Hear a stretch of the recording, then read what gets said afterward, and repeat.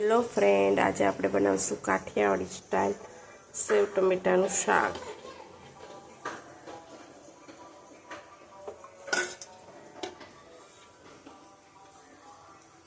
સૌ પ્રથમ આપણે 3-3.5 પાવડા તેલ નાખશું।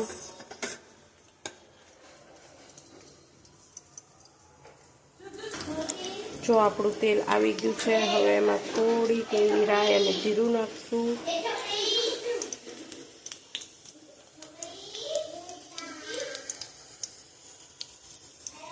चपटी हींग नाखशू,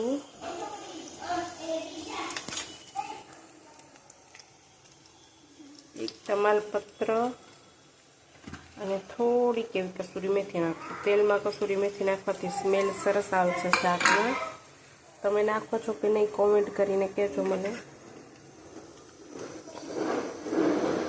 बधुं 5-6 मिनिट सतळाई जाए पछी टमाटर नाखशू।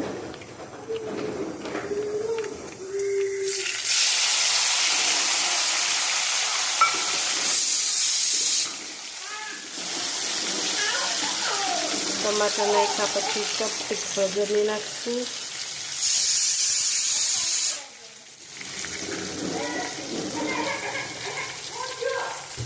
एक चमची जीरु नाखशू।